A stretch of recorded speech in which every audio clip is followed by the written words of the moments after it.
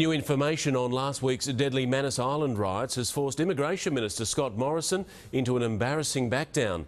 The minister now concedes most of the violence and likely the death of one asylum seeker took place within the Australian-run detention centre.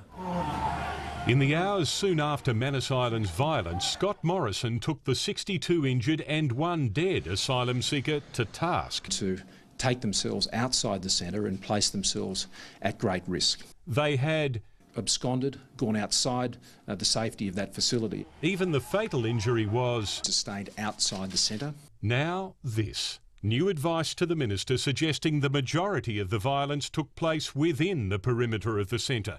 The minister concedes it is now more likely 23-year-old Iranian Reza Barati suffered his lethal head wound inside the Australian detention facility. Information is rarely perfect so soon after the incident. Scott Morrison's grip on this portfolio is unravelling.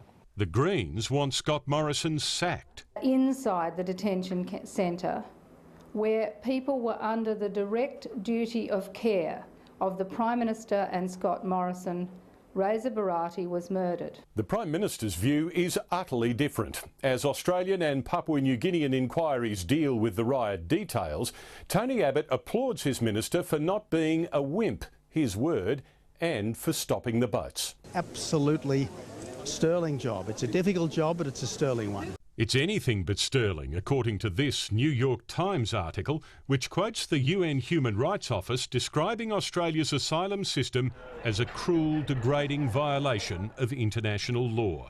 Tim Lester, 7 News.